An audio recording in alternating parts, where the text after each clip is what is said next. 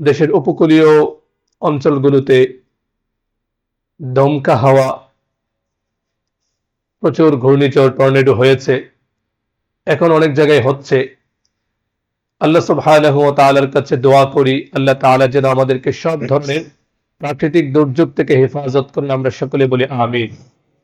বিপর্যস্ত ভাই বোনদেরকে আল্লাহ সুবহানাহু ওয়া তাআলা যেন দ্রুত বিপর্যয় কাটিয়ে ওঠার তৌফিক দান করেন। আমরা আবার বলি আমিন। বৃষ্টি হচ্ছে, কারো জন্য বৃষ্টি খুবই আনন্দের বিষয়, আবার কারো জন্য সেটা কষ্টের বিষয়। আল্লাহ সুবহানাহু ওয়া তাআলা সকলের কষ্ট, দুঃখ, বেদনা যেন দূর করে দেন। আল্লাহ সুবহানাহু ওয়া তাআলা প্রত্যেক মানুষকে যেন সুখে শান্তিতে আফিয়তের সঙ্গে জীবন যাপন করার তৌফিক দান করেন। আমরা সকলে বলি আমিন। বৃষ্টিমুখর দিনে আমাদের করণীয় কি, এ সম্পর্কে এই মিম্বার থেকে অনেকবারই আলোচনা হয়েছে। খুব সংক্ষেপে যদি বলতে হয় দু একটা কথা, যখন বৃষ্টি পড়ে আমাদের উচিত আল্লাহ সুবহানাহু ওয়া তাআলার অভিমুখী হওয়া, আল্লাহর কাছে দোয়া করা। খুব সংক্ষেপে একটা দোয়া আমি আপনাদের সঙ্গে করেছিলাম, অনেকেরই হয়তো মনে আছে। যখন বৃষ্টি হয় আল্লাহর রাসূল সাল্লাল্লাহু আলাইহি ওয়াসাল্লাম অনেক দোয়াই পড়তেন, এর মধ্যে ছোট্ট একটা দোয়া যেটা আমাদের মুখস্থ করা সহজ। আমরা ঘরে যখন বসে থাকব বা কোথাও দাঁড়িয়ে আছি, খুব সহজে আমরা এই দোয়াটা পড়ে নিব, পারবো না ইনশাআল্লাহ? এটা অভ্যাস বানিয়ে ফেলবো যে যখনই বৃষ্টি পড়ে আমরা পড়ব আল্লাহুম্মা সাইয়্যিবান নাফিআ, আল্লাহুম্মা সাইয়্যিবান নাফিআ, আল্লাহুম্মা সাইয়্যিবান নাফিআ। পারবো না ইনশাআল্লাহ? শব্দ কয়টা এখানে? আল্লাহুম্মা সাইয়্যিবান নাফিআ। সহজ না? বাচ্চাদেরকে শিখিয়ে দেব ইনশাআল্লাহ। যার অর্থ হচ্ছে, হে আল্লাহ, উপকার বৃষ্টি চাই তোমার কাছে, কারণ উপকার অপকার করার মালিক একমাত্র কে? আল্লাহ। এই বৃষ্টি যেন আমাদের জন্য দুর্ভোগ বয়ে না নিয়ে আসে, বৃষ্টিতে যেন আমাদের জীবন বিপর্যস্ত না হয়, দুর্ভোগ পোহাতে যেন না হয়, সেজন্য আমরা এই অভ্যাসটা করে নিব। পারবো না ইনশাআল্লাহ? আল্লাহুম্মা সাইয়্যিবান নাফিআ। একটা একটা করে দোয়া আমাদের জীবনে আমরা অভ্যাস বানিয়ে ফেলবো। আল্লাহ সুবহানাহু ওয়া তাআলা আমাদের সকলকে নবীজি সাল্লাল্লাহু আলাইহি ওয়াসাল্লামের শেখানো প্রতিটা দোয়া যেন আমরা আমাদের জীবনে বাস্তবায়ন করতে পারি। আল্লাহ আমাদের সকলকে তৌফিক দান করুন। আমরা সকলে বলি আমিন। মুহতারাম হাজিরিন, আজকে যখন বয়ান করার জন্য এখানে বসেছি, মানসিকভাবে আমি অনেকটা বিধ্বস্ত, এখনো শোক কাটিয়ে উঠতে পারিনি। আপনাদের কাছে দোয়া চাই, আল্লাহ তাআলা যেন খুব দ্রুত সবরে জামিলের মাধ্যমে পুরোপুরি শোক যেন আমি কাটিয়ে উঠতে পারি, আমরা সকলে উঠতে পারি। আল্লাহ তৌফিক দান করুন। আমরা সকলে বলি আমিন। আপনারা অনেকেই শুনেছেন, গত মঙ্গলবার অর্থাৎ 27শে মে 2025 রোজ মঙ্গলবার বিকেল 4:30টার দিকে আমার নানা ভাই হযরত মাওলানা কবির আহমদ সাহেব রাহিমাহুল্লাহ আল্লাহ সুবহানাহু ওয়া তাআলার দরবারে চলে গিয়েছেন, ইন্তেকাল করেছেন। ইন্না লিল্লাহি ওয়া ইন্না ইলাইহি রাজিউন। নানা ভাই রাহিমাহুল্লাহ আমার জন্য অনেক বড় এক অনুপ্রেরণার নাম ছিলেন। আমি আমার এই চোখে আল্লাহর তৌফিকে অনেক বড় বড় আলেম বুজুর্গানে দ্বীনকে দেখার সুযোগ পেয়েছি। আলহামদুলিল্লাহ, আমার জন্য অনেক বড় সৌভাগ্যের যে আমার নানা ভাইয়ের মতো এমন মানুষ আমি খুব কম দেখেছি। শুধু আমার নানা ভাই হিসেবে বলছি না, খুব কাছ থেকে ওনাকে দেখার সুযোগ আমার হয়েছে। কথাগুলো এজন্য বলছি, আল্লাহ বুজুর্গানে দ্বীনের আলোচনা যদি করা হয়, এতে করে আল্লাহ সুবহানাহু ওয়া তাআলার পক্ষ থেকে রহমত নাজিল হয়। সুবহানাল্লাহ। ইমামুল মুহাদ্দিসিন ইমাম সুফিয়ান ইবনে উয়াইনা রাহিমাহুল্লাহ বড় একজন মুহাদ্দিস ছিলেন। ওনার একটা কওল বিভিন্ন কিতাবে এসেছে। তিনি বলেছেন, ইনদা যিকরিস সালিহিন তানজিলুর রাহমা। যখন নেককার পরহেজগার আল্লাহওয়ালা কোনো মানুষের আলোচনা করা হয়, আল্লাহর পক্ষ থেকে রহমত, বরকত, আল্লাহর পক্ষ থেকে অনেক অনেক কল্যাণ পৃথিবীতে ওই স্থানে যেখানে আলোচনা করা হয় সেখানে নাজিল হয়। সুবহানাল্লাহ। সেজন্যে কিছু কথা আপনাদের সঙ্গে শেয়ার করছি, মুযাকারা করছি। প্রথম উদ্দেশ্য তো হচ্ছে আল্লাহ সুবহানাহু ওয়া তাআলা যেন নানা ভাইকে মাফ করে দেন। আমার বিশ্বাস আল্লাহ সুবহানাহু ওয়া তাআলা নানা ভাইকে মাফ করে দিবেন, কারণ দু একটা কথা যদি আপনাদেরকে বলি, আল্লাহর কাছে আমরা আশাবাদী। একটা মানুষ মাগফিরাত পাওয়ার জন্যে, মাফ পাওয়ার জন্যে যে যে আলামত দেখা যায়, আলহামদুলিল্লাহ সেগুলো নানা ভাইয়ের মধ্যে প্রকাশ পেয়েছে। একটা হলো নানা ভাই রাহিমাহুল্লাহ আমলের দিক থেকে এত অনন্য উচ্চতায় ছিলেন যে ওনার মতো এমন আমলি মানুষ আমি খুব কম দেখেছি। আমার সৌভাগ্য এমন একজন আমলি মানুষ, এমন একজন দ্বীনের উপর অটল অবিচল থাকা মানুষ। আমার শৈশব, একেবারে শৈশব থেকে আমি ওনার কাছেই বেড়ে উঠেছি। তিনি আমার প্রথম শিক্ষক। আমার বর্ণমালা থেকে নিয়ে আরবি ভাষা জ্ঞান, ইংরেজি, বাংলা 3 ভাষার প্রাথমিক জ্ঞান আমি নানা ভাই রহিমাহুল্লাহর কাছে পেয়েছি। তিনি হাতে প্রথম কলম ধরিয়ে দিয়েছেন। শৈশব থেকেই উনি আমাকে লিখতে উদ্বুদ্ধ করতেন। আলহামদুলিল্লাহ আমার জন্য আনন্দের বিষয়, আমি 2টো বই নানা ভাইয়ের হাতে তুলে দিতে পেরেছিলাম। দ্বিতীয় বইটা আমি নানা ভাইয়ের নামে উৎসর্গ করেছিলাম। তো নানা ভাই নিঃসন্দেহে বড় বুজুর্গ আল্লাহওয়ালা ছিলেন। যখন থেকে আমি বুঝি, যখন থেকে আল্লাহ সুবহানাহু ওয়া তাআলা আমাকে একটু বোধ শক্তি দিলেন, তখন থেকে কোনো দিন নামাজ কাজা তো দূরের কথা, আল্লাহর বান্দার তাহাজ্জুদ কাজা হয়নি। আলহামদুলিল্লাহ। ঝড়, বৃষ্টি, তুফান, আমি যতদিন পাশে ছিলাম এবং আমাদের কাছ থেকে শুনেছি, আম্মুর কাছে শুনেছি, কোনোদিন রাতে 3টার পরে নানা ভাই শুয়েছিলেন না। ঝড়, বৃষ্টি, তুফান যাই আসুক, জাস্ট 3টায় আল্লাহ পাকের ইচ্ছা। ওইরকম ঘড়ি তো সবসময় ছিল না, কিন্তু ঠিকই উঠে পড়তেন ঠিক 3টায়। দৌড়ে গিয়ে পুকুর ছিল, ওখানে ওযু করে এসে নামাজ পড়তে, তাহাজ্জুদের নামাজ শেষে জিকির আজকার করে বেশ দূরে মসজিদ, ওখানে গিয়ে ফজরের নামাজ পড়তে, নামাজ পড়ে এসে একান্ত অসুস্থ না হলে তিনি কোনোদিনই ফজরের পরে ঘুমাতেন না। আলহামদুলিল্লাহ সব সময় পাক পবিত্র থাকতেন। আল্লাহর কাছে আমরা আল্লাহ সুবহানাহু ওয়া তাআলার শুকর আদায় করছি যে মানুষটা সারা জীবন পাক পবিত্র ছিলেন। ইন্তেকালের আগ মুহূর্তে দেখুন, যে যেমন জীবন কাটায় আল্লাহ সাধারণত এমন আচরণই করেন। সারা জীবন পাক পবিত্র ছিলেন। রাতের একটাই যদি হঠাৎ করে ঘুম থেকে উঠতেন, তিনি আগে ওযু করে নিতেন। সব সময় পাক পবিত্র থাকতেন। ঘুমের জন্য আলাদা কাপড়, ইস্তেনজার জন্য আলাদা কাপড়, নামাজের জন্য আলাদা কাপড়। তো এমন পাক পবিত্র মানুষটা যখন ইন্তেকাল করছেন, এর আগ মুহূর্তে তখন ওনার জন্য ওযু করানো অনেক কষ্ট করছিল। মামা আলেম, ছোট মামা বললেন যে আব্বু এখন তো আপনি তায়াম্মুম করতে পারেন। তো তখন নানা ভাই বললেন যে না, তায়াম্মুম করলে তৃপ্তি হয় না, তোমরা আমাকে একটু পানি এনে দাও। উনি একদম ধীরস্থিরতার সঙ্গে পাক পবিত্র হয়ে জোহরের নামাজটা পড়লেন। এরপর আস্তে আস্তে শরীর খারাপ হতে লাগলো। আলহামদুলিল্লাহ ওনার ওযু যায়নি, আবার ওযু করলেন। পাক পবিত্র হয়ে সূরাতুল মুজাম্মিলের শেষ আয়াত ওয়াস্তাগফিরুল্লাহ ইন্নাল্লাহা গফুরুর রহিম, যার অর্থ হচ্ছে হে আল্লাহ, আপনার কাছে মাগফিরাত চাই, ক্ষমা চাই, নিশ্চয়ই আল্লাহ দয়ালু, ক্ষমাশীল। এই আয়াত পড়ছিলেন এবং বিভিন্ন দোয়া কালাম পড়ছিলেন এবং আলহামদুলিল্লাহ সর্বশেষ লা ইলাহা ইল্লাল্লাহ মুহাম্মাদুর রাসূলুল্লাহ পড়েই তিনি দুনিয়া থেকে বিদায় হয়েছেন। আলহামদুলিল্লাহ। আমরা আল্লাহ সুবহানাহু ওয়া তাআলার কাছে আশাবাদী যে মানুষটার শেষ কথা হয় লা ইলাহা ইল্লাল্লাহ। হাদিসের কথা, নবীজি সাল্লাল্লাহু আলাইহি ওয়াসাল্লাম বলেন, মান কানা আখিরু কালামিহি লা ইলাহা ইল্লাল্লাহ দাখালাল জান্নাহ।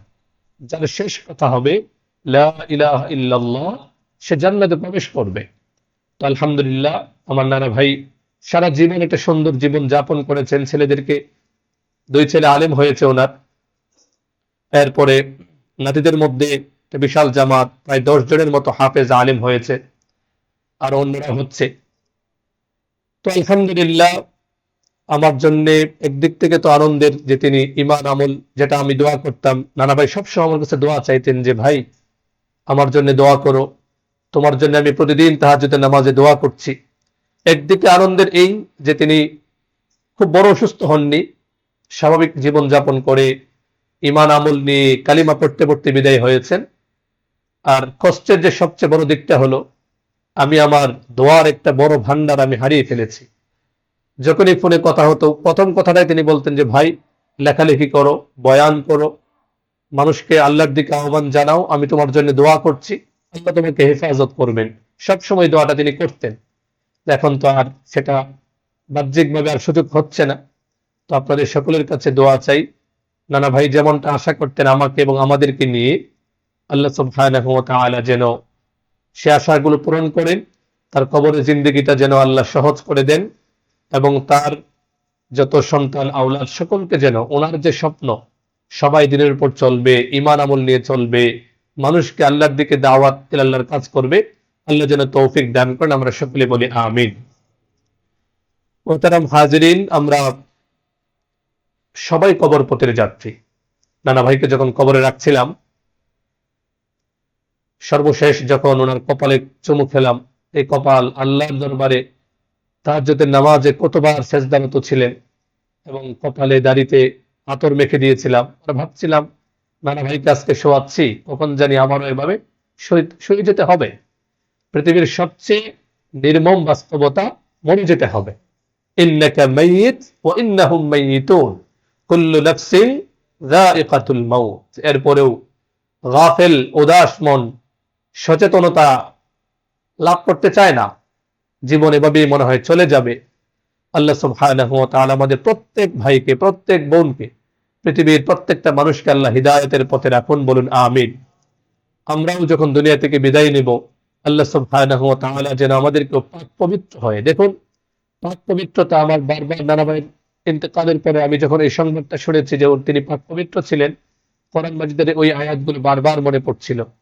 আল্লাহ সুবহানাহু ওয়া তাআলা কত আদর করে বলেছেন, ইন্নাল্লাহা ইউহিব্বুত তাওয়াবিনা ওয়া ইউহিব্বুল মুতাতাহহিরিন, ওয়াল্লাহু ইউহিব্বুল মুতাহহিরিন।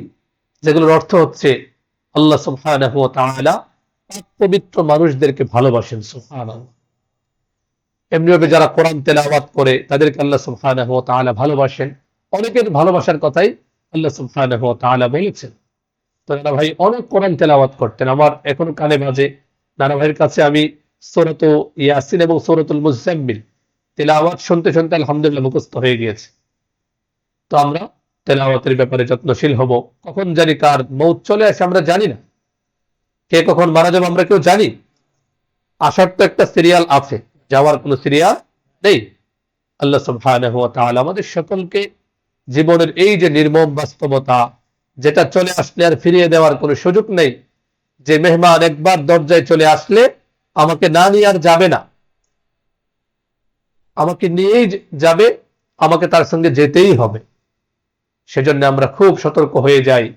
এক একটা মৃত্যু আমাদেরকে নীরব বার্তা দিয়ে যায়, এবার তোমার পালা, কখন জানি চলে আসে তুমি জানো না। আল্লাহ সুবহানাহু ওয়া তাআলা আমাদের প্রত্যেক ভাইকে, প্রত্যেক বোনকে বারবার পাক পবিত্র হয়ে ঈমান আমল নিয়ে মৃত্যুর জন্য যেন আমরা প্রস্তুত থাকতে পারি। আল্লাহ যেন আমাদেরকে হঠাৎ মৃত্যু থেকে হেফাজত করেন, আমরা যেন ঈমান আমল নিয়ে মৃত্যুর জন্য প্রস্তুত হয়ে কবর পথে রওনা হতে পারি। আল্লাহ তৌফিক দান করুন, বলুন আমিন। মুহতারাম হাজিরিন, আমরা এখন যে মুহূর্তে অবস্থান করছি, একটু আগে আমরা শুনেছি আজকে হচ্ছে জিলহজের দ্বিতীয় দিন। ইনশাআল্লাহুল আজিজ আগামীকাল যে শনিবার, এর পরের শনিবারে আমরা মুসলিম উম্মার ঐতিহ্যের একটি অনন্য আমল ঈদুল আজহার নামাজ আমরা পড়ব ইনশাআল্লাহ, এবং আরেকটি গুরুত্বপূর্ণ আমল কুরবানি আমরা সম্পাদন করব ইনশাআল্লাহুল আজিজ। আল্লাহ সুবহানাহু ওয়া তাআলা আমাদের সকলকে জিলহজ মাস কেন্দ্রিক যত নেক আমল আছে সেগুলো যেন আমরা আমাদের জীবনে বাস্তবায়ন করতে পারি। প্রত্যেকটা মুহূর্তই তো গুরুত্বপূর্ণ, এর মধ্যে আল্লাহ সুবহানাহু ওয়া তাআলা কিছু বোনাস দেন আমাদের, যে সময়গুলোকে আরো বেশি করে কাজে লাগানোর নির্দেশনা দেন। আল্লাহ সুবহানাহু ওয়া তাআলা যেন আমাদের সকলকে এই জিলহজ কেন্দ্রিক মৌলিক যে আমলগুলো সেগুলো যেন আমরা বাস্তবায়ন করতে পারি, সম্পাদন করতে পারি। সর্বোপরি জিলহজের প্রথম দশক অত্যন্ত গুরুত্বপূর্ণ, এই গুরুত্বপূর্ণ দশকের প্রতিটা মুহূর্তকে যেন আমরা কাজে লাগাতে পারি। আল্লাহ সুবহানাহু ওয়া তাআলা আমাদেরকে তৌফিক দান করুন, বলুন আমিন। প্রথম কথা হলো, জিলহজ মাস এটি আল্লাহ সুবহানাহু ওয়া তাআলার কাছে অত্যন্ত বরকতময় এবং সম্মানিত একটি মাস। কোরআনুল কারীমের ৯ম সূরা সূরাতুত তাওবার ৩৬ নম্বর আয়াতে আল্লাহ সুবহানাহু ওয়া তাআলা জানাচ্ছেন, ইন্না ইদ্দাতাশ শুহুরি ইনদাল্লাহি ১২ শাহরান ফি কিতাবিল্লাহ ইয়াওমা খালাকাস সামাওয়াতি ওয়াল আরদ। যেদিন থেকে আল্লাহ সুবহানাহু ওয়া তাআলা আকাশ এবং জমিন সৃষ্টি করেছেন, সেদিন থেকেই আল্লাহ সুবহানাহু ওয়া তাআলার কিতাবে আল্লাহর কাছে মাসসমূহের সংখ্যা হচ্ছে ১২। কত? ১২। তো সেই ১২ মাসের মধ্য থেকে ৪টি মাস হচ্ছে অত্যন্ত মর্যাদাপূর্ণ, গুরুত্বপূর্ণ। এটা কে বলেছেন? আল্লাহ সুবহানাহু ওয়া তাআলা। মিনহা আরবাতুন হুরুম। সেই ১২টি মাসের মধ্য থেকে ৪টি মাস আল্লাহ সুবহানাহু ওয়া তাআলার কাছে অত্যন্ত গুরুত্বপূর্ণ, অত্যন্ত মর্যাদাপূর্ণ, সম্মানিত মাস। সুবহানাল্লাহ। তো এই ৪টি মাস কি কি? সহিহ বুখারী শরীফের ৪৬৬২ নম্বর হাদিস, সাহাবী আবু বকরা রাদিয়াল্লাহু আনহু বর্ণনা করেন, নবীজি সাল্লাল্লাহু আলাইহি ওয়াসাল্লাম বলেন, ইন্নাজ জামানা ক্বাদ ইস্তাদারা কাহাইআতিহি ইয়াওমা খালাকাল্লাহুস সামাওয়াতি ওয়াল আরদ। যেদিন থেকে আল্লাহ সুবহানাহু ওয়া তাআলা আকাশ এবং জমিন সৃষ্টি করেছেন, সেদিন থেকেই সময় আপন গতিতে বহমান চলছে। তো চলছে নদীর স্রোতের মতো আপন গতিতে সময় বহমান চলছে। আল্লাহ সুবহানাহু ওয়া তাআলা যেদিন থেকে আকাশ এবং জমিন সৃষ্টি করেছেন, সেদিন থেকে আল্লাহর হুকুমে সময় আপন গতিতে বহমান। নবীজি সাল্লাল্লাহু আলাইহি ওয়াসাল্লাম বলেন, সেদিন থেকে as-sanatu 12 শাহরান। সময়কে আল্লাহ সুবহানাহু ওয়া তাআলা 12টি মাসে বিভক্ত করেছেন।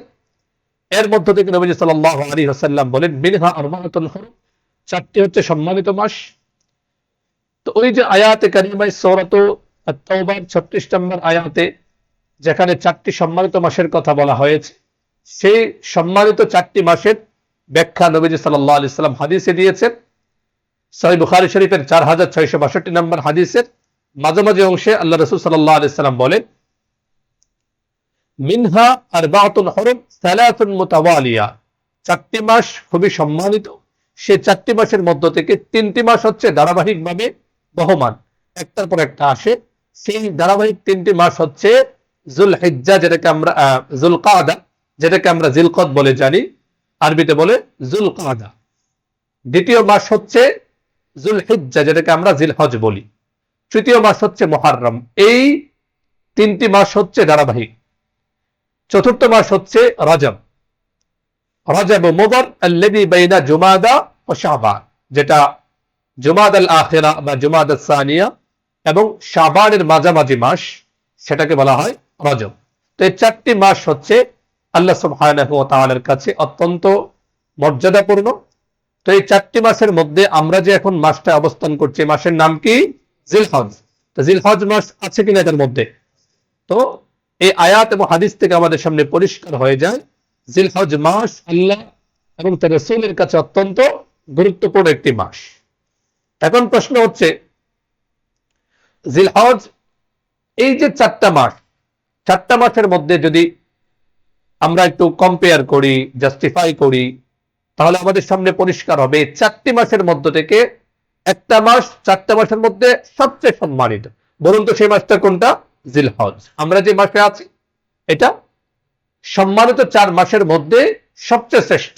প্রশ্ন হতে পারে যে 4 মাসের মধ্যে জিলহজ মাসকে কেন শ্রেষ্ঠ বলা হলো? জিলকদ, জিলহজ, মুহররম এবং রজব সম্মানিত 4 মাসের মধ্যে জিলহজ মাসকে এজন্য শ্রেষ্ঠ বলা হচ্ছে। কয়েকটা ব্যাখ্যা মুহাদ্দিসিনে কেরাম দিয়েছেন। এর মধ্যে সবচেয়ে সুন্দর এবং সহজবোধ্য ব্যাখ্যা হচ্ছে, এই মাসের মধ্যে ইসলামী শরিয়ার অত্যন্ত গুরুত্বপূর্ণ 2টি আমল এখানে সম্পাদিত হয়। বলুন সুবহানাল্লাহ। বলুন তো সেই 2টা গুরুত্বপূর্ণ আমল কি? এক হচ্ছে হজ্জু বাইতুল্লাহিল হারাম, অর্থাৎ আল্লাহর ঘরের হজ। আরেকটা হচ্ছে মুসলিম উম্মার ঐতিহ্যের স্মারক কুরবানি। সুবহানাল্লাহ। আরেকদিকে বিখ্যাত মুহাদ্দিস হাফেজ আবুল ফজল শিহাবুদ্দিন আহমদ ইবনে আলী ইবনে হাজার, যিনি হাফিজ ইবনে হাজার আসকালানী রাহিমাহুল্লাহ নামে প্রসিদ্ধ, তিনি বলেন, এই মাসের মধ্যে বিশেষত জিলহজের প্রথম দশকে ইসলামের যে ভিত্তি 5টি জিনিসের উপর। কয়টা জিনিসের উপর আমরা সকলেই জানি না? তো 5টি ভিত্তির প্রত্যেকটা আমলের সম্পাদন করার সুযোগ এই জিলহজের মধ্যে আছে। বিশেষত প্রথম দশকের মধ্যে 5টা ভিত্তিকে আপনি সম্পাদন করতে পারবেন। সেজন্য জিলহজ মাস সম্মানিত 4 মাসের মধ্যে শ্রেষ্ঠ, এবং সেই 4 মাসের মধ্য থেকে প্রথম দশকটা আরো বেশি মর্যাদাপূর্ণ, আরো বেশি শ্রেষ্ঠত্বের অধিকারী। বলুন সুবহানাল্লাহ। কিভাবে? প্রথম যে ভিত্তিটা হচ্ছে শাহাদাতু আল্লা ইলাহা ইল্লাল্লাহ। আমরা কালিমায়ে শাহাদাত পড়ছি কিনা? পড়ছি না? নামাজের মধ্যে পড়ছি, অন্যান্য সময় পড়ছি। তো এটা প্রথম দশকে হচ্ছে কিনা? অন্যান্য দশকেও হয়, এই দশকে হচ্ছে। তারপরে সালাত হচ্ছে কিনা এই দশকের মধ্যে? জিলহজের প্রথম দশকে সালাত আদায় করছে কিনা আমরা? সালাত হচ্ছে। যাকাত, কেউ যদি চাইতে যাকাতও দিতে পারবে। রমজানে যে আমরা যাকাত দিয়েছি, তো জরুরি না যে রমজান ছাড়া অন্য সময় দেওয়া যাবে না, এরকম কোনো কিছু। চাইলে এখনো কেউ যাকাত দিতে পারে। 3টা গেল। এরপরে যদি কারো সওয়াবের প্রতি আগ্রহ থাকে, আলহামদুলিল্লাহ আমাদের অনেক ভাই বোন রোজা রাখেন, তো রোজার আমল এখানে করা যাবে কিনা? এই দশকের মধ্যে করার সুযোগ আছে কিনা? সুযোগ আছে। এরপরে হজ তো এই দশকেই করতে হয়। তো এভাবে ইসলামের ভিত্তি যে 5টি জিনিসের উপর, সেই 5টি সুন্দরভাবে সম্পাদন করার সুযোগ এই দশকে আছে। সেজন্য সম্মানিত 4 মাসের মধ্যে জিলহজ মাস অত্যন্ত মর্যাদাপূর্ণ, অত্যন্ত গুরুত্বপূর্ণ। বলুন সুবহানাল্লাহ। এছাড়া আমরা যদি রাসূলুল্লাহ সাল্লাল্লাহু আলাইহি ওয়াসাল্লামের ঐতিহাসিক যে বিদায় হজের ভাষণ, সেই ভাষণের দিকে লক্ষ্য করি, অনেক দীর্ঘ ভাষণ। সেই ভাষণের এক পর্যায়ে নবী সাল্লাল্লাহু আলাইহি ওয়াসাল্লাম বলেছিলেন, আবু সাঈদ খুদরী রাদিয়াল্লাহু আনহু থেকে বর্ণিত, সুনান ইবনে মাজাহ 3931 নম্বর হাদিস, নবী সাল্লাল্লাহু আলাইহি ওয়াসাল্লাম বলেন, আলা ওয়া ইন্না আহরামাশ শুহুরি শাহরাকুম হাযা, আলা ওয়া ইন্না আহরামাশ শুহুরি শাহরুকুম হাযা। নবী সাল্লাল্লাহু আলাইহি ওয়াসাল্লাম বলেন, এই যে মাস, এই যে মাস মানে কোন মাস? জিলহজ মাস। কারণ হজ তো বা বিদায় হজ কখন হয়েছিল? জিলহজ মাসে না? যেহেতু জিলহজ মাসে হয়েছিল, কাজী নবী সাল্লাল্লাহু আলাইহি ওয়াসাল্লাম বলেন, আলা, হে আমার উম্মতের দল, খেয়াল করে শুনো, ইন্না আহরামাশ শুহুরি শাহরুকুম হাযা, তোমাদের কাছে সবচেয়ে মর্যাদাপূর্ণ, সবচেয়ে সম্মানিত মাস হচ্ছে শাহরুকুম হাযা, এই যে মাসটা, যে মাসে তোমরা অবস্থান করছো, তা জিলহজ। এই মাসটা সবচেয়ে মর্যাদাপূর্ণ, সবচেয়ে গুরুত্বপূর্ণ। অতএব তোমরা এই মাসটাকে, এই মাসের যে সময়গুলোকে তোমরা কাজে লাগাও। বলুন সুবহানাল্লাহ। আয়াত, হাদিস এবং নবী করিম সাল্লাল্লাহু আলাইহি ওয়াসাল্লামের ঘোষণা থেকে পরিষ্কার হয়ে যায়, আমরা যে জিলহজ মাসে অবস্থান করছি, জিলহজ মাসটি অত্যন্ত মর্যাদাপূর্ণ। তো এর মধ্যে থেকে আমরা বলেছি জিলহজের প্রথম দশক, এটা আরো বেশি গুরুত্বপূর্ণ, এবং এই গুরুত্বের দিকটা নবী সাল্লাল্লাহু আলাইহি ওয়াসাল্লাম বিভিন্ন আয়াত এবং হাদিসের মাধ্যমে আমাদের সামনে পরিষ্কার করেছেন। আমি খুতবায় একটি আয়াত তেলাওয়াত করেছি, বেশ কয়েকটি আয়াত তেলাওয়াত করেছি। এর মধ্যে কোরআনুল কারীমের 89 নম্বর সূরা, সূরাতু আল ফাজরের প্রথম দিকের কয়েকটি আয়াত, আল্লাহ সুবহানাহু ওয়া তাআলা বলেন, ওয়াল ফাজরি ওয়া লায়ালিন আশর।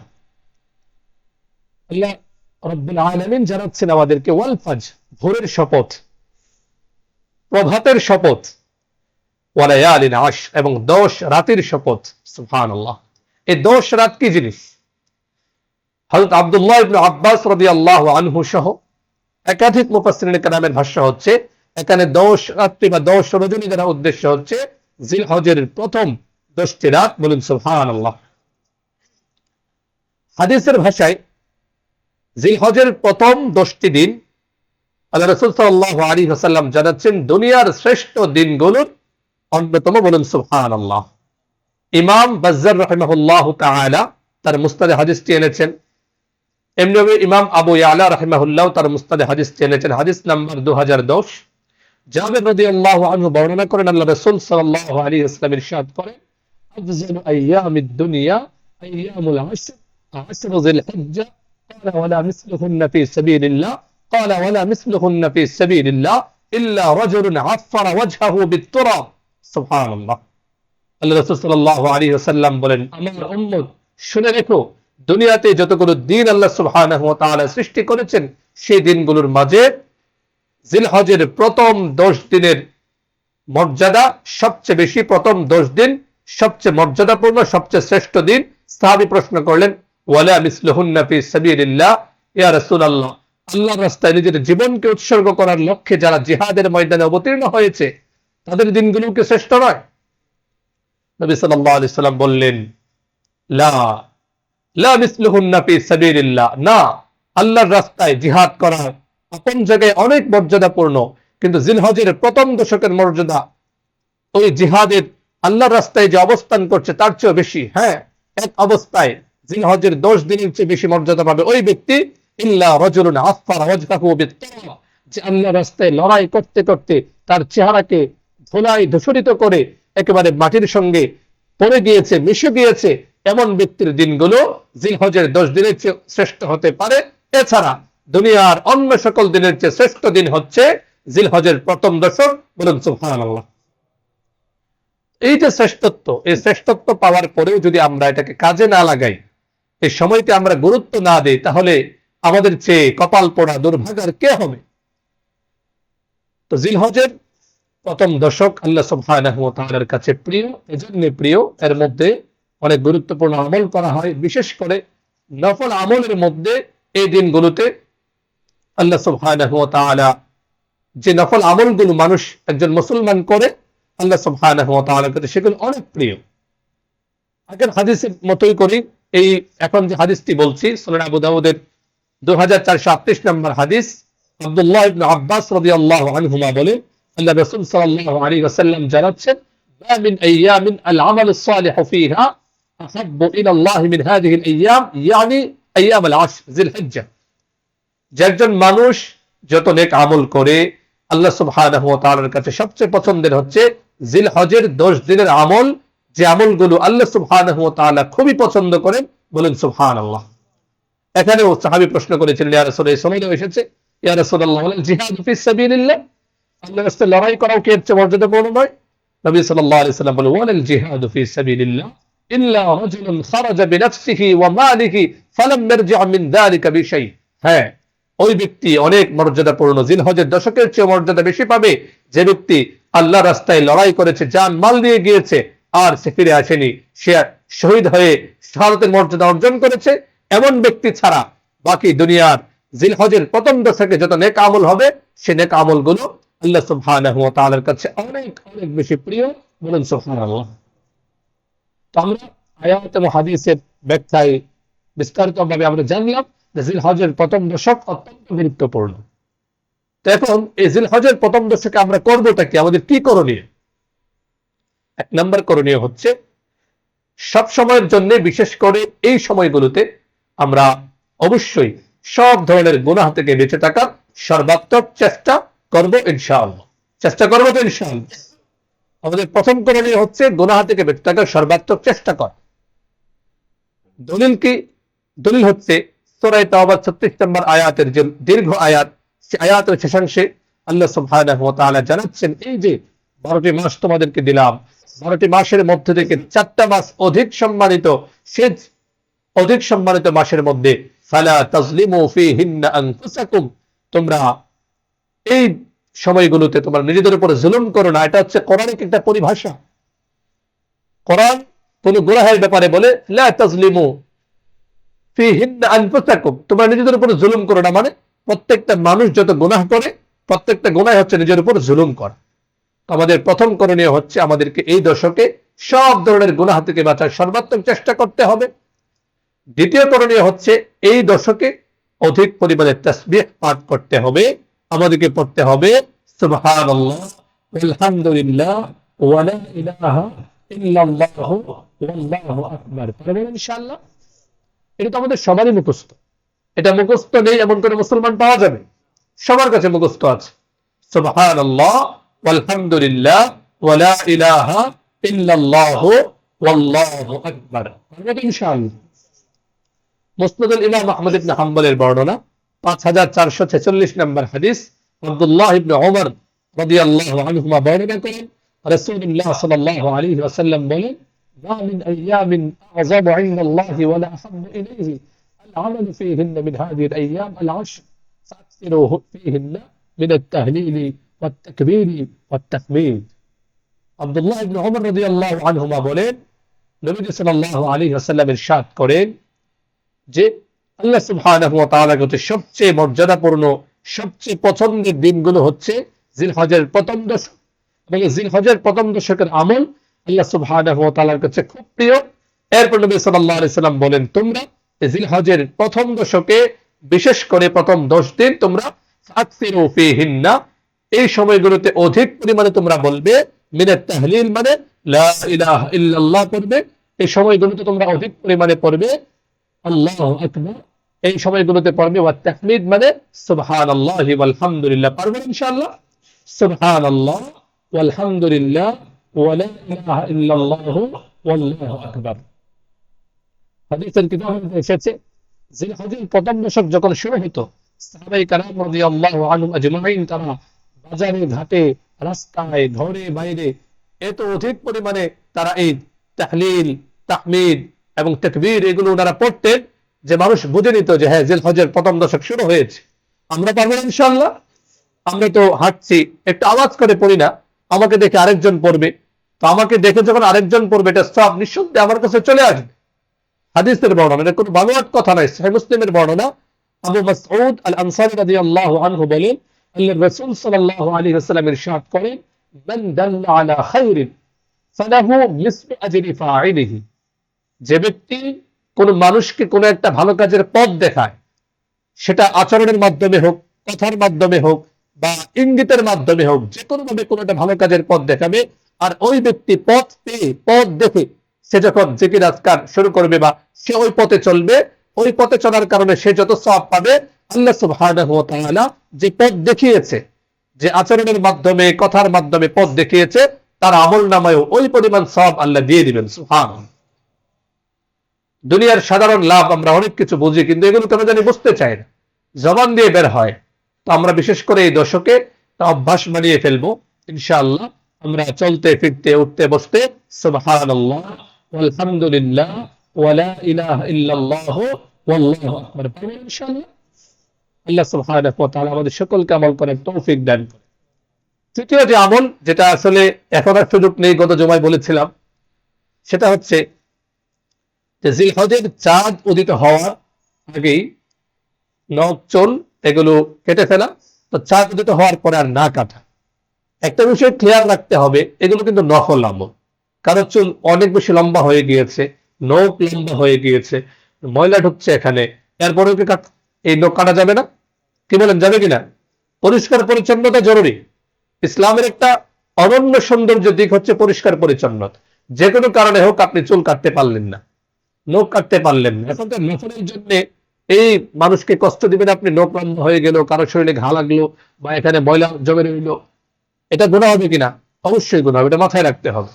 যারা কাটতে পেরেছেন তো পেরেছেন আলহামদুলিল্লাহ, আর যারা নখ চুল কাটতে পারেননি, যদি বেশি লম্বা হয়ে গিয়ে থাকে বাস কেটে ফেলবেন। এই নফল সম্পাদন করতে গিয়ে যেন অন্যের কষ্টের কারণ না হয়। এটা সহিহ মুসলিম শরীফের বর্ণনা থেকে পাওয়া যায়। উম্মু সালামা রাদিয়াল্লাহু আনহা বলেন, নবী সাল্লাল্লাহু আলাইহি সাল্লাম দুই ধরনের কথাই বলেছেন। এই হাদিসে সহিহ মুসলিম শরীফের 1977 নম্বর আয়াতে বলেছেন যে ইদা রাআইতুম হিলাল যিল হিজ্জা ওয়া আরাদা আহাদুকুম আন ইউযহিয়া ফালইমসিক আন শা'রিহি ওয়া আযফারিহি, যে যখন জিলহজের চাঁদ উদিত হয় এবং তোমাদের কেউ যখন কুরবানি করার নিয়ত করে, তাহলে সে যেন তার নখ এবং চুল কাটার ব্যাপারে নিজেকে নিয়ন্ত্রিত করে, নিজেকে নিয়ন্ত্রণ করে, অর্থাৎ না কাটে নখ চুল। এখন প্রশ্ন হচ্ছে, যারা কুরবানি করে না তারা কি আমল করবে না? সেটাও সুনান আবু দাউদের 2789 নম্বর হাদিস থেকে জানা যায়। সেখানে নবী সাল্লাল্লাহু আলাইহি ওয়াসাল্লাম এক সাহাবীকে তিনি বলেছিলেন যে তাখুদ ওয়া তুকাল্লিমু আযফারাকা ওয়া তাকুসসু শারিবাতাকা ওয়া তাহলিকু আনাতাকা ফাযালিকা তামামু উদহিয়াতিকা ইনদাল্লাহি আযজা ওয়া জাল। এক সাহাবী এসে বললেন, ইয়া রাসূলুল্লাহ, আমার তো কুরবানি করার সামর্থ্য নেই, শুধু দুধ পান করতে পারে একটা বকরি আছে, সেটা আমি কুরবানি করে ফেলবো কিনা? রাসূলুল্লাহ বললেন যে না, এটা তোমার কুরবানি করতে হবে না, তুমি বরং জিলহজের চাঁদ উদিত হওয়ার আগে নখ চুল এগুলো কেটে ফেলো, আর চাঁদ উদিত হওয়ার পরে এগুলো আর কেটো না, ইনশাআল্লাহ ফাযালিকা তামামু উদহিয়াতিকা ইনদাল্লাহি আযজা ওয়া জাল। তুমি যে সামর্থ্য না থাকার কারণে কুরবানি করতে পারলে না, আর এদিকে নখ চুলকে তুমি কাটলে না, ইনশাআল্লাহ এটাই তুমি আল্লাহর কাছে পরিপূর্ণ কুরবানির সওয়াব পেয়ে যাবে। সুবহানাল্লাহ। তো যারা আমলটা করে ফেলেছেন তো করেই ফেলেছেন, চুল নখ কেটেছেন তো আলহামদুলিল্লাহ, আর যারা এখনো কাটতে পারেননি, লম্বা হয়নি, তারা কুরবানির পরে কাটতে পারেন, সমস্যা নেই। এরপরে চতুর্থ আমল হচ্ছে, যেটা আমি গত জমায় কিছু বলেছিলাম, জিলহজের প্রথম 9 দিন রোজা। আবার দশম দিন রোজা রাখবেন না কেউ। গ্রামে অনেক মহিলারা আছে, আমার এক নানু ছিলেন, সম্পর্কে নানু হন, উনি ঈদের দিন রোজা রাখতেন। অনেক বোঝানোর পরে, এখন রাখেন কিনা জানি না, ঈদের দিনে রোজা রাখতেন। আল্লাহর বান্দি, সহজ সরল মানুষ। তো তিনি বলতেন যে আমি ঈদের দিন আল্লাহর শুকর আদায় করে রোজা রাখবো। তারপর তাকে বোঝালাম যে নানু, এটা তো আসলে শরীয়ত তো হচ্ছে আনুগত্যের নাম, ইত্তেবায়ের নাম। আল্লাহ এবং তার রাসূল যা বলেন আমাকে তাই মানতে হবে। আবেগ উচ্ছ্বাস আপন জায়গায়, অন্যদিকে আল্লাহর হুকুম সবার আগে। তো জিলহজের প্রথম 9 দিন রোজা রাখা, এটা মুস্তাহাব আমল। আবু দাউদ শরীফের বর্ণনা, নবী সাল্লাল্লাহু আলাইহি ওয়াসাল্লামের জনৈক স্ত্রী, তিনি বর্ণনা করছেন, নবী সাল্লাল্লাহু আলাইহি সাল্লাম বলেন যে কান রাসূলুল্লাহ সাল্লাল্লাহু আলাইহি ওয়াসাল্লাম ইয়াসুমু 9 জিলহিজ্জা, জিলহজের 9 দিন নবী সাল্লাল্লাহু আলাইহি সাল্লাম রোজা রাখতেন। এর মধ্যে হাফসা রাদিয়াল্লাহু আনহা থেকে বর্ণিত একটি হাদিস, সেখানে এসেছে যে নবী করিম সাল্লাল্লাহু আলাইহি সাল্লাম 4টি আমল কখনো ছাড়তেন না। এর মধ্যে একটা হচ্ছে সিয়ামু আশুরা, আশুরার দিনের রোজা, মুহররমের 10ম তারিখের রোজা। এমনি ভাবে জিলহজের প্রথম 9 দিনের রোজা, প্রত্যেক মাসে 3 দিনের রোজা, এবং ফরজের আগে 2 রাকাত সুন্নাত তিনি কখনো ছাড়তেন না। কমপক্ষে আমরা যেটা করতে পারি, জিলহজের 9ম দিন, অর্থাৎ বাংলাদেশের সময় যখন আরাফার দিন হয়, এখানে অনেকেই একটা সংকটে পড়ে যান যে ওরা তো একদিন আগে মসজিদে হারামের পাশে যারা থাকে, হজ করতে যারা যায়, তারা যেদিন থাকে। আসলে এখানে মূল উদ্দেশ্য হচ্ছে, মুহাদ্দিসিনে কেরাম অনেক ব্যাখ্যা দিয়েছেন, আমি আগেও আলোচনা করেছিলাম গত বছর। সার কথা হচ্ছে, মুহাদ্দিসিনে কেরামের ব্যাখ্যা, যে দেশে যখন 9 জিলহজ হবে বা সেদিনই তারা রোজা রাখবে, আরাফার রোজা। বাস, এখানে ওই ওদের সাথে মিলিয়ে করার ওইরকম কোনো দরকার নেই। মুহাদ্দিসিনে কেরাম এমন ব্যাখ্যাই দিয়েছেন, আর আমরা মুহাদ্দিসিনে কেরামের ব্যাখ্যার আলোকেই আমল করবো ইনশাআল্লাহ। জিলহজের তো সেই হিসেবে আগামী শুক্রবার হয় না, আগামী শুক্রবার ইনশাআল্লাহ আমরা আরাফা রোজা রাখতে পারি। এটা যদি আমরা রাখি কি লাভ হবে, শেষ করে দিচ্ছি সংক্ষেপে। সিয়ামু ইয়াউমি আরাফা আহতাসিবু আলাল্লাহি আন ইউকাফিরা আস-সানাতা আল্লাতী ক্বাবলাহু ওয়াস-সানাতা আল্লাতী বা'দাহু। যদি কেউ আরাফার দিন রোজা রাখে জিলহজের 9 তারিখে, আল্লাহ রাসূল সাল্লাল্লাহু আলাইহি সাল্লাম বলেন, আমি আশাবাদী আল্লাহ সুবহানাহু ওয়া তাআলা 1 বছর আগের এবং 1 বছর পরের গুনাহ আল্লাহ মাফ করে দিবেন। সুবহানাল্লাহ। সর্বশেষ আমল, জিলহজের 9 জিলহজ ফজর থেকে নিয়ে 13 জিলহজ আসর পর্যন্ত তাকবীরে তাশরীক, আল্লাহু আকবার আল্লাহু আকবার, লা ইলাহা ইল্লাল্লাহ আল্লাহু আকবার আল্লাহু আকবার ওয়া লিল্লাহিল হামদ। এই তাকবীর তাশরীকটা আমরা পড়ব তো ইনশাআল্লাহ। একাকী নামাজ পড়ি বা জামাতে নামাজ পড়ি ইনশাআল্লাহ, আমরা এটা মনে রাখবো। জিলহজের 9 তারিখ থেকে নিয়ে 13 জিলহজ আসর পর্যন্ত, 9 তারিখ ফজর থেকে নিয়ে 13 জিলহজ আসর পর্যন্ত মোট 23 ওয়াক্ত ফরজ নামাজ পরে আমরা অবশ্যই এটা পড়বো। আল্লাহ সুবহানাহু ওয়া তাআলা আমাদের সকলকে জিলহজের প্রথম দশকে আমলের কথা বললাম, আল্লাহ যেন আমাদেরকে আমল করার তৌফিক দান করে। আমিন। ওয়া আখিরু দাওয়ানা আলহামদুলিল্লাহি রাব্বিল আলামিন।